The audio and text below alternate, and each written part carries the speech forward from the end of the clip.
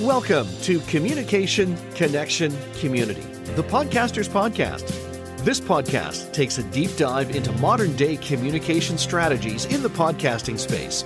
We chat with interesting people who make the podcasting and speaking spaces exciting and vibrant. We also dive into the podcasting community with news, updates, latest trends and topics from this ever-evolving space. So strap in.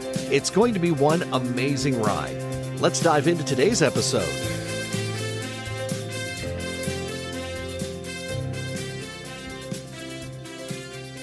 The first time I heard about podcasting was back in 2012. I was running a part-time business as a speaker trainer, and I was still working in radio as well. And I had a colleague say, you should start a podcast. And I know I've told this story many, many times.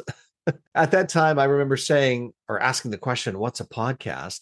It still took me quite a few years before I came to the podcasting space. I often think, though, that what would have happened if I came to the podcasting space sooner, say around 2008 or even 2010. Well, today we are talking to somebody who has been a podcaster since 2010, and it has been an amazing journey for her. We're going to do a dive into her experience in podcasting, as well as what's changed for her, what's changed in podcasting, and where she thinks this industry is headed. Lorraine Ball is my guest today. After spending too many years in corporate America, Lorraine said goodbye to the bureaucracy, glass ceilings, and bad coffee. Yeah, a lot of bad coffee in those corporate environments, that's for sure. To follow her passion to help small business owners succeed. Today, this successful entrepreneur, author, and professional speaker and podcast host enjoys sharing what she knows about marketing in presentations to groups around the country, in college classrooms, and in her weekly podcast, More Than a Few Words. She brings creative ideas, practical tips, and decades of real-world experience to every conversation. I am so thrilled we're speaking with her today. In her spare time, she loves to travel and take photos. She's a sought-after guest and, of course, a very seasoned podcast host. Lorraine, welcome to the podcast. Thank you so much for having me, Carl. I am so excited to be here. I have torn up the script. We're off script. We're just running. Say we're running blind, but we're not, because we're both seasoned speakers and communicators and podcasters. And as a matter of fact, you've been at it since, I think you said off mic just before we started recording, you've been at podcasting for 14 years? Almost, it'll be 15 years. Technically, it's 15 years in November, but we did a little bit of an experiment and then repackaged it in January 2010. So yeah, we are coming up on the 15-year anniversary. Wow. Happy podiversary. If that, can we coin that phrase if it hasn't been coined already? I love that. I love that. Give me a cake with a candle in it. It's my podversary. What was it that led you to podcasting back in 2010 when there were, 4, 6, maybe 8 other podcasters out there? No, I just kidding. I know there were more than that, but it was much smaller then. But what led you to the space to begin with? So one of the things when I was running an agency, I always had interns, and I always encouraged them to come up with innovative marketing ideas that we could trial balloon on our business and then see if they made sense for clients.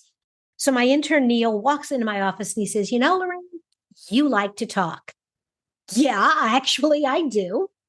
And he said, you should have a podcast. To which I replied, what the is a podcast? And he said, here's what it is. Here's how it works. And I said, you know what? Set it up.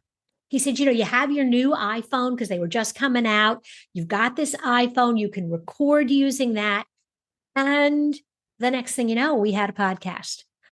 I dove into it. It was fun. I really didn't have a plan. I didn't have an idea of what it could be or how it could work. I just knew I had smart friends. And when they dropped by the office, I'd whip out that phone and we'd start talking. And it evolved over time.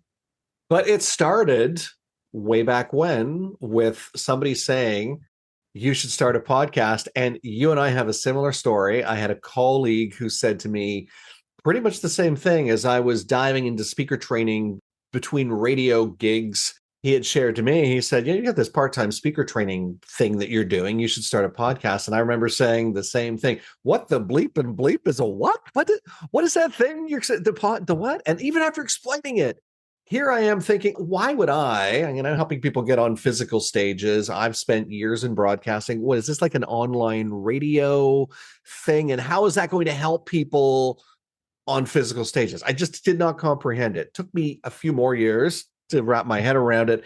But now I don't look back. It's been an amazing journey in the podcasting space. It's impacted my business. It's impacted my life, relationships, people I've met. It's just been absolutely phenomenal. How has it changed for you over the years? I mean, you've been in it since 2010. Even technology back then, you talk about the iPhone being one of the tools you were using. We didn't have access to the microphones and all of that gear like we have today. How has it evolved for you? Some of our early podcasts, and one of the things is that the early podcasts were audio only. It took me a long time to make that jump. Even when a lot of other people were making the jump to video, I really liked the audio format. But I used a tool called Blog Talk Radio, and it was essentially a call in, you dialed in. Well, in my mind, the podcast was like online radio. That's really how I framed it. And so we were very locked into this 30-minute format, and people would call in. And one of the things that we did that unfortunately, it's kind of circled back around. We were very active on Twitter. So we would live tweet during the conversation. We were doing essentially Facebook Live before Facebook Live. We were live tweeting. We get the tweets. Allison, who ultimately became my co-host, worked for me, and she was really snarky on Twitter. So she would take what we were saying with a little bit of edge. And so we built this really nice audience. We were having a lot of fun, but the call-in piece was exhausting because it was very unpredictable. And I was not skilled as a host yet.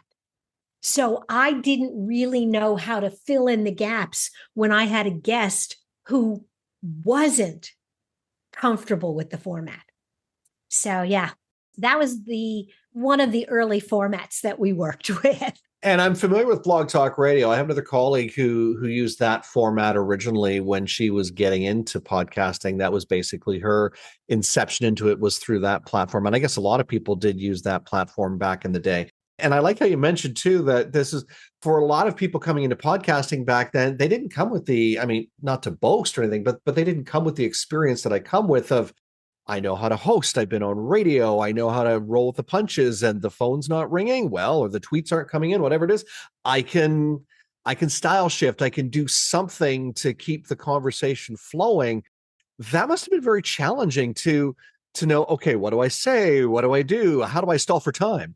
Well, fortunately, while I had not done a lot of radio, this is not a voice for radio. This high-pitched nasal New York is not necessarily what people are like, oh, you would be great on NPR. No. So while I had done some interviews, but I was a trained speaker, and I was also a trained facilitator. So I had done focus groups. I had done team building sessions. So I knew the art of engaging people. But even so, that you're right, that moment where you're like, you're nuts. I had someone on, we invited her on because she was supposed to be an SEO expert. This is 15 years ago.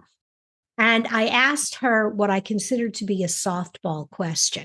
Because again, I was a marketer, so I kind of knew the answer. I still do this. I ask questions that I know the answer to, but I embody my audience, hey, tell me how you would define whatever. And I asked her the most softball question and she couldn't answer it. And I was like, oh my God. That was probably one of my worst experiences. And I think that was one of the ones that made me say, we're going to record these. We are not going to do these live anymore, because I cannot deal with that.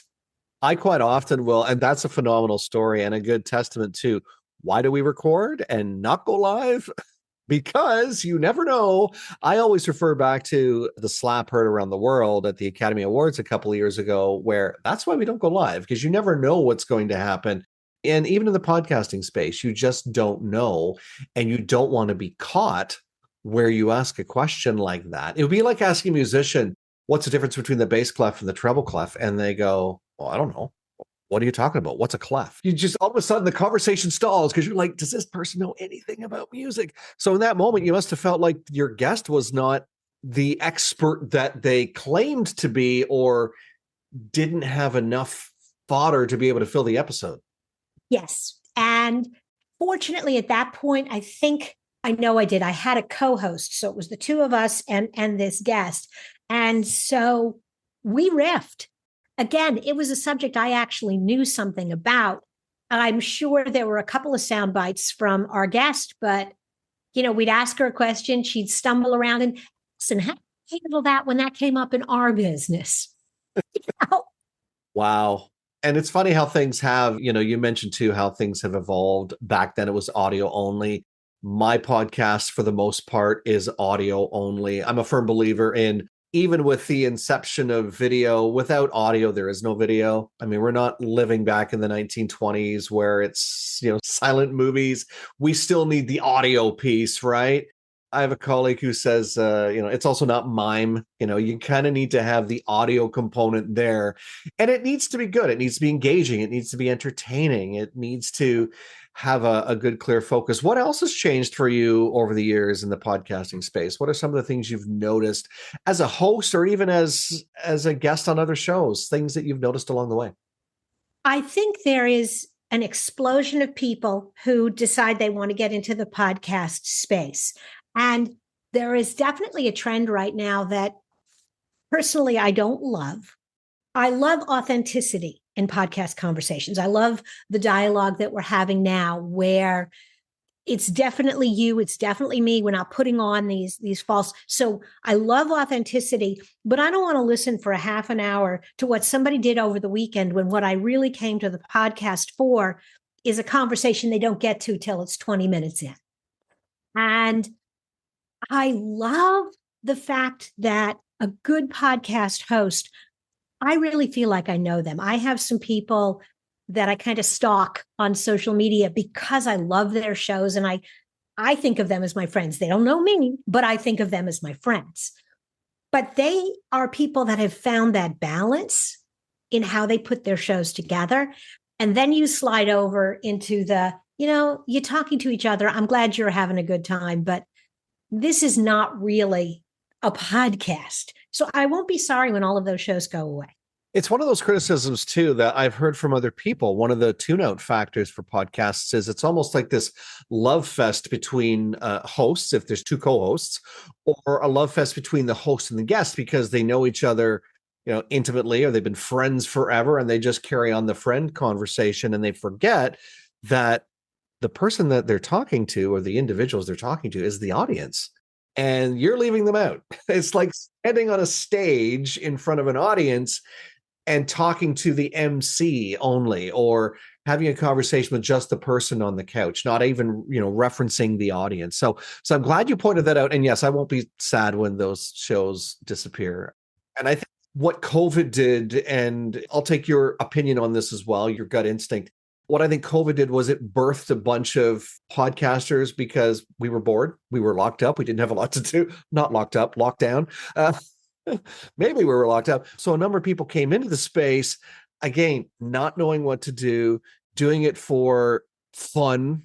That's not what I was going to say. I was going to say something else, but doing it just for the heck of it, and not really having a plan or a guide as to where they're going with it. And because of how podcasts have evolved since 2010, or even, hey, since when I started in 2019, you need a little more substance than just, hey, what'd you do on the weekend? Mm-hmm. Yes, absolutely. And if you follow the statistics, there are some ridiculous number of new podcasts that get started every month, every year. But then if you look at the number of podcasts that have less than 20 episodes, and so you get these people that are real excited and then don't really know why they're doing it. And so as something else comes along, they stop doing it. And again, there are a lot of reasons to get into podcasting. You have a story to tell. Maybe you have a story that really only needs 8 episodes. And cool, do an 8-episode podcast. Great. if you're doing it for your business, and I was doing it for my business, you need to be a little bit more thoughtful. You need to be a little bit more prescriptive in the steps that you take to ensure that you create something people want to listen to when you're done. Yeah, yeah, 100% agree with that. And also, I think one of the things that I've experienced as I've worked with clients is goes back to Simon Sinek, what's your why? Or, understand and know your why. But then beyond that, it's like, what's the purpose of the show? What's the end goal? And if you're using this podcast for business, how are you bringing people into your business? Because if you've structured your show to be conversational like this one, even if you're the greatest conversationalist on the planet, if you don't connect the dots at the end and you just say, thank you very much, have a great day, people might listen to your show, but that doesn't necessarily mean they'll tap into you for your professional services or products. Absolutely. And again, at different places, we were talking about this off the line. As my business matured, as the podcast matured, and we started to figure out what we wanted to do with it, I had different uses for the podcast. When I was trying to book a lot of speaking gigs, I would send links to some of the episodes. There was a point where I was really trying to build a local community network. So all of my guests were people in the indie scene. They were people that were active in Indianapolis, and they were in the arts, and they were in marketing, and they were well known. And so it was very much, the call to action was not really, hey, come work with me. The call to action was get involved in the community, and oh yeah, I'll be there. It's funny how you mentioned community, because that's a huge focus right now. It's not just what happens during the show, it's everything that happens afterwards. It's the community, it's the meetups, it's the Facebook groups, it's the et cetera, et cetera, et cetera. You were doing it when it probably wasn't even fashionable to do it. Yeah. It's funny because there were a lot of different experiments we had along the way. And one of the things, in full confession, we had a pretty decent audience and we were using Twitter really well. And we stopped seeing as strong a connection between the podcast and where our business was at that particular moment. So we kind of dialed back, and Twitter was kind of changing. And when I came back around and went, oh, I know what I want to do, and started podcasting again, the whole world had started podcasting. And so now I had a much steeper climb to get over that hump, to rebuild that audience in that community. And it is still a challenge. I don't love the Facebook groups. They work for some people. I totally get it. It's not where I hang out. And so to me, that was exhausting. And I'm really much more focused on LinkedIn. And that's, hey, if you want to chat with me, come look for Lorraine Ball on LinkedIn. That's where you're going to find me. And I am building conversations and community there. It's not a structured group yet. It may be at some point down the road, but that's really where I'm having conversations with other podcasters, with potential clients. But you understand, the main point being, you understand the importance of the relevance of community and what goes on, not just during the show, but after. It's those conversations through LinkedIn, through Messenger. It's as you said, you haven't necessarily started a community yet there, but you understand that if you do, hey, that's where your peeps are going to be hanging out and playing, and you'll be excited to welcome them in at the appropriate time and nurture them and such. Absolutely. And for me, because I am a content marketer, so every episode gets featured in my newsletter. It gets featured in my LinkedIn newsletter, which is a very different audience. It gets featured on my Medium page. Then I go back and I'm like, you know what? I just recorded an episode about creating great content. I've got 4 other episodes that touch on different pieces of this. I write an article and I link all 4 of them. I go back through my library and find blog posts that I wrote 3 years ago, 5 years ago, and I record them as a solo episode. Or I go back, and I love ChatGPT for this, full confession. I'll upload a transcript of an episode from 7 years ago. I actually use Microsoft Word. It has a great transcription function. I have the transcript. Then I go to ChatGPT and say, hey, turn this conversation into a blog post, into pull out some points. And all of a sudden, boom, 10 minutes, a little bit of AI. I still have to go back and tweak it and make it sound like me. But then I can link to all the original interviews. I have 1,100 interviews, and there's a lot of content there that would be wasted if I wasn't continually going back to it and saying, hey, if you liked this conversation, listen to this one. And that's a good springboard into, well, it's not a springboard. We're dove right in with both feet, but into repurposing the content. I mean, you have 14 years, almost 15 years of content that it's so valuable. And if you've put the effort in to record that content and make it live, why would you only make it a one-time thing? Unless that's all you wanted it for. But as I said, most people who are podcasting, and you've cited this, if you're podcasting for business, you're going to be bringing up this topic more than once. Why not leverage it as a blog? Why not leverage it as a post on LinkedIn? Why not leverage it as whatever it needs to be leveraged as? You're doing it, but are you finding that that's maybe one of the stumbling blocks podcasters have, is it's one and done and that's it, and we never visit it again? I think a lot of podcasters, when I mention what I'm doing, they're like, really? I never thought of that. And I listen to, and I'll give you my favorite, I listen to Pop Culture Happy Hour on NPR. It's where I find out about movies and TV shows.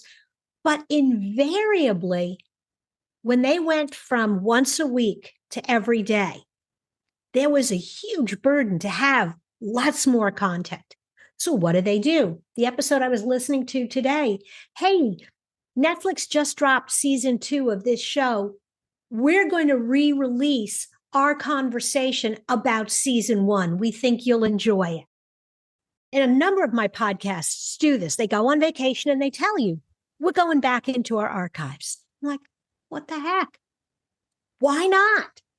If all of these really big shows can do it, why shouldn't I do that? Yeah, it's brilliant. And I think everyone should be doing it. Even if your podcast is hobby-based or passion project-based. I mean, unless it is time sensitive, and most of that content isn't, unless it's time sensitive, there are many ways you can repurchase it. When we're just scratching the surface on different ways you can repurpose it. You may have, and this is social media as well. You may have 1,000 fans, 2,000 fans, whatever it is, and you put a post up.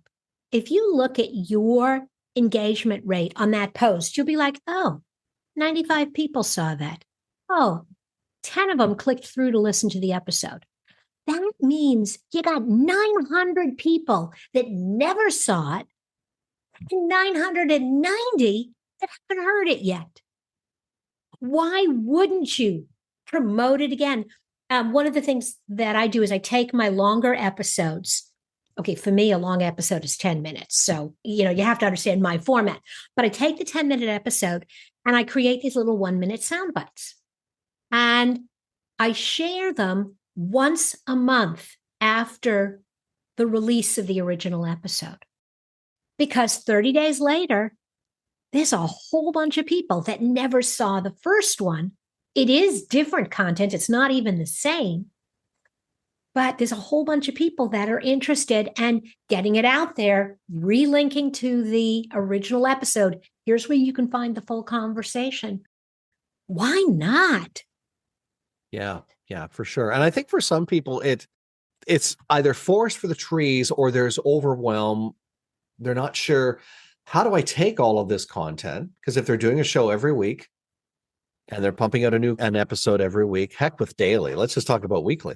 That means you're constantly cycling through content, so for some people, it's an organizational thing. For other people, they're on to the next thing, not realizing that they've got that catalog of content. And coming from the radio world, it was very, very immediate. Everything we did was immediate, almost like Twitter, right? So a tweet lives, I don't even know now, what is it, 10 minutes and it's done or something like that. So same with radio. The only times that didn't happen was when it was a continuing story and it would last longer. But I spent a lot of time doing morning radio where you'd have information, it's in, it's out. I call it garbage in, garbage out, because as the host, you need to be on to the next thing. So you can't hold that in your brain too long. You have to be on to the next thing. But this is different. This is the opportunity to repurpose that content, to highlight it regularly. And I like how you mentioned social media. There are algorithms, folks, and you're right. Sometimes it's only a smidgen of your audience that's seeing that post. So you better be posting it again. Mm-hmm. I have episodes and I am often disappointed when I launch a new episode and I'm like, oh, is that all? When I look at the listener data, and I'm like, oh, that one didn't do really well. Okay. And then about a year later, I reshare it and I reshare it with another piece of related content. And all of a sudden it blows up and I'm like, oh, that was good. It just, my timing was wrong, and I try to give all of my episodes a second life because they deserve it. They're good conversations. They're fun. And I know that my audience is busy. I'm very clear on who my audience is. And that's the other thing. Can I go off on that tangent for a minute? Oh, yeah, sure. Go ahead. Please do. Yep. You ain't talking to everybody. I don't care who you are. Everyone is not your customer. Everyone is not in your audience. When you try to talk to everyone, you end up being very bland and very generic. And nobody really feels like you're talking to them. When you dial in, when you identify who your audience is and what they need to hear, kind of like Podcast Solutions Made Simple, you have a very specific niche. You're not looking for the person that's been podcasting for 25 years. And you're not looking for the person who's like, oh, I would never do that. You're looking for the people who are like, this is something that intrigues me. And so you can invite guests and you can talk about things that are going to be really, really relevant for that customer. Yeah. Yeah. Really good example there. The other thing too is we haven't even touched on this yet. And I know you have a living example of this as far as repurposing your content. And I've had a couple of guests talk about this because they actually lived in the publishing world, but you can take that content from a podcast and that can be fodder for a book and you don't realize the impact that can have. And you've actually done that. So I don't remember how many people I actually originally invited, but I had 18 people who had been guests on my show. And I invited them to write a chapter in a book. And it's a little book on marketing. It's not huge, but some of them were authors and were like, yeah, that's great. And others were like, Lorraine, I'm not really a writer. I said, here's what I'll do. I'll send you the transcript. Use that as a jumping off point. So I got all these articles and I bundled it up in a book and I put it on Amazon and I sold some copies in it. Okay, I'm not going to get the next Pulitzer. I don't care. But the other thing that book did is I created one graphic that has all 18 people on it. Then I created graphics for people that were in the same sections. And then I created individual graphics. I shared the main graphic. I tagged all of the people. I sent an email and introduced everybody to each other and told them to follow each other. And again, the people I invited to be in the book were people that had demonstrated that they knew how to play on social media or they didn't get the invitation to the table. And so we got great interaction on social media, but they started talking to each other and inviting each other onto podcasts and sharing content. And so that book built this really nice community. And I still interact, and the book is coming up on its 2-year anniversary. And I still engage and interact, and I still hop on LinkedIn and see them talking to each other. And whether it's real world networking or online networking, one of the best things that you can do is introduce two people that are going to work together in some fashion where they are going to see the value in the collaboration, because every time they get back together, you know what? They're going to think of you. Absolutely. And of course, a lot of these conversations don't happen or wouldn't have happened if you didn't have the podcast. I've had relationships stem from either being a guest on somebody else's show or them coming on my show. I've had clients come into my world having been on my podcast or being a guest on there. So you just never know the power of the networking, the relationships that you're building. Are they going to happen right away? No. Will they happen with every person? You'd be an idiot if you think they did. Of course they're not going to, but they will happen. They absolutely will. I had a friend of mine. We were in a marketing group together, and she was in a fairly small community. And she published a local community newsletter as a service and got into podcasting and would interview people. So if you were advertising in her publication, you were interviewed on her show. And it became this really nice reciprocal relationship. She could also just then afford to just go out and do an interview on a local nonprofit and not worry about whether or not they were subscribing to her publication, because she was being funded by these others. And that was really valuable. And I also ran through a period where I had a lot of coaches and consultants that were my clients that were never going to have their own podcast, but I could invite them to be a guest on my show, get the audio content, and then use it in the marketing tools we were creating for them. It's amazing what you can do with the podcast. There's been a huge evolution. We've talked about that a little bit. Crystal ball, you've been around 14 years, going on 15 years. Where's podcasting heading in the next, let's say, 5 years? I think you're going to continue to see a move to video. I think that there are a lot of people that are doing just video only episodes. There is a weariness right now, though, with the shorts. There was an explosion a year ago when AI came out. Oh my God, it can cut up the episodes, but everybody's episodes look the same. Have you noticed? Like, you see them and they all look the same. I think you're going to see a lot of refinement. I think you're going to see smarter marketers taking those video clips and putting them in more branded formats. I know I've started to do that. I started framing them and putting my branding back where it needs to be and getting rid of the silly fonts that really aren't on brand for me. So I think there'll be a refinement, but I also think there will continue to be a place for audio, because the unique thing about podcasts is the ability to consume it while you're doing something else, while you're in the car, while you're at the gym, whatever it is. I think you're going to see more podcast celebrities. You have some, but I think you're going to see an emergence of more people who, this is my medium, this is where I am, and this is my community. Hopefully they will use their communities for good. Wow. Amazing insights. I want to just double back on a couple of things you said there. Number one is the reels and shorts. I couldn't agree more. It's one of my criticisms, one of my belly aches, one of the reasons why we actually, when we create content for clients, if they need the video version, we'll do a promo reel, just because the actual reel itself, the way they're created, you're right, they all look the same.